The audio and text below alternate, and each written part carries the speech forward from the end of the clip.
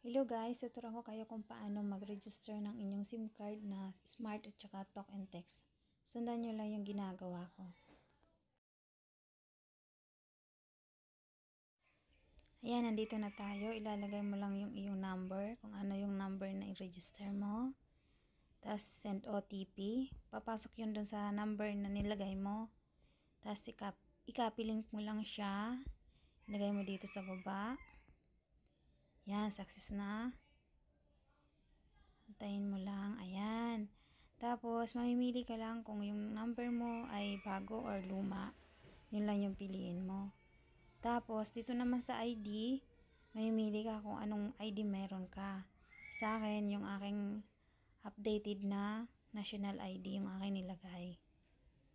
Ayan, pumasok na siya. Tapos, upload mo lang yung picture ng ID mo.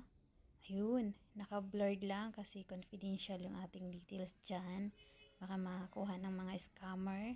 Ingat-ingat lang kayo guys sa pag-upload. Ayan, pwede kayong mag-send ng picture nyo dyan sa gallery. Tapos, dito naman sa ID card number, kung ano yun yung ginamit yung ID doon na in-upload, yun din yung ilalagay mong number dito. Sa akin, national ID yung ginamit ko. Yun din yung national ID number yung ilalagay ko. Yan, blurred lang natin kasi baka makita ng scammer. Tapos yung name, ayan, name mo. Tapos middle name, blurred lang natin. Ayan. Tapos yung last name mo. Last name yan siya ha. Blurred ko lang kasi mahirap na. Tapos yung birth month mo.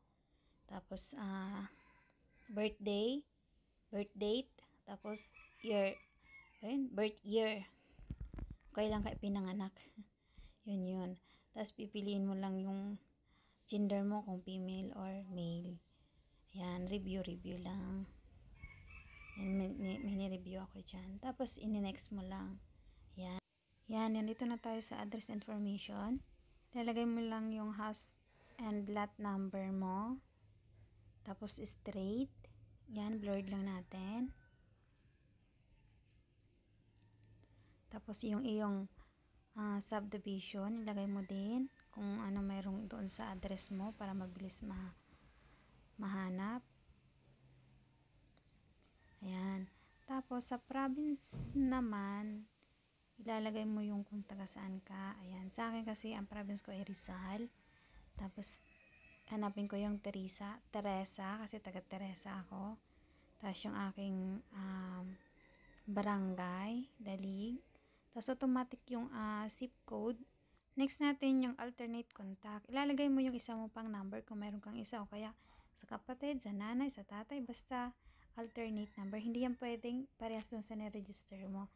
Tapos ilalagay mo lang yung email address kasi doon papasok yung confirmation na registered ka na.